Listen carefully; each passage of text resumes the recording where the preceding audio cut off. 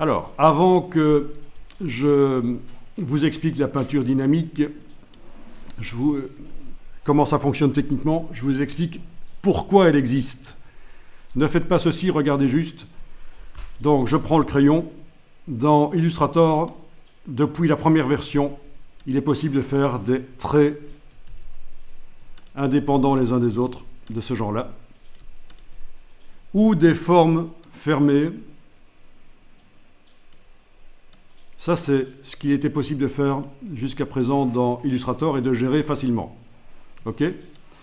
Donc, bien sûr, dans la première version, le crayon n'existait pas, mais on faisait ça à la plume. Le principe est le même. Une fois que la forme est créée, c'est des vecteurs.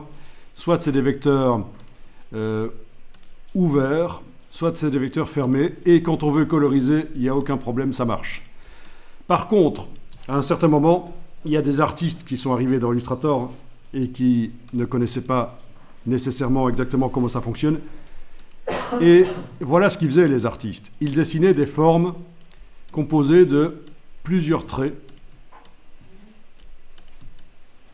Alors, techniquement, ce n'est pas une forme fermée. Visuellement, c'est une forme fermée, mais techniquement, ce n'est pas une forme fermée. Et quand on passait à la phase de colorisation de la forme, l'espèce de carré là que j'ai fait, c'était la cata. Impossible. Et donc, voilà pourquoi le système de peinture dynamique est arrivé. Il permet de coloriser des formes qu'on voit visuellement, même si techniquement, elles ne sont pas réellement des formes vectorielles fermées. Et c'est exactement ce qu'on va faire. Comme ça, vous situez un peu la peinture dynamique, quelle est son utilité. Alors ici, on vérifie bien, dans la palette des calques, vous avez le calque d'en dessous qui est absolument non affiché et qui est verrouillé. Le calque du dessus qui est verrouillé, il peut être affiché, pas de problème. Et on travaille sur le calque du milieu.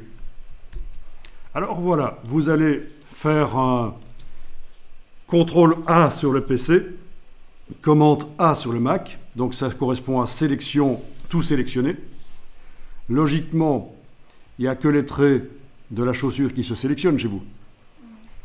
Bon, il y a mes petits brols foireux là au-dessus qui sélectionnent, c'est pas grave. Et alors, ce qu'on va faire, c'est qu'on va enlever les brushes artistiques, parce que pour faire la peinture dynamique, ça marchera mieux s'il n'y a pas de brush artistique dessus.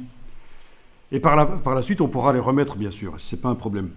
Donc, vous allez dans le menu, dans la palette des formes, menu fenêtre forme, et vous allez appliquer la forme de base.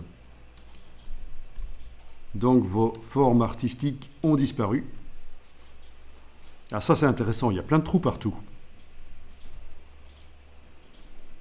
Ok, on va voir.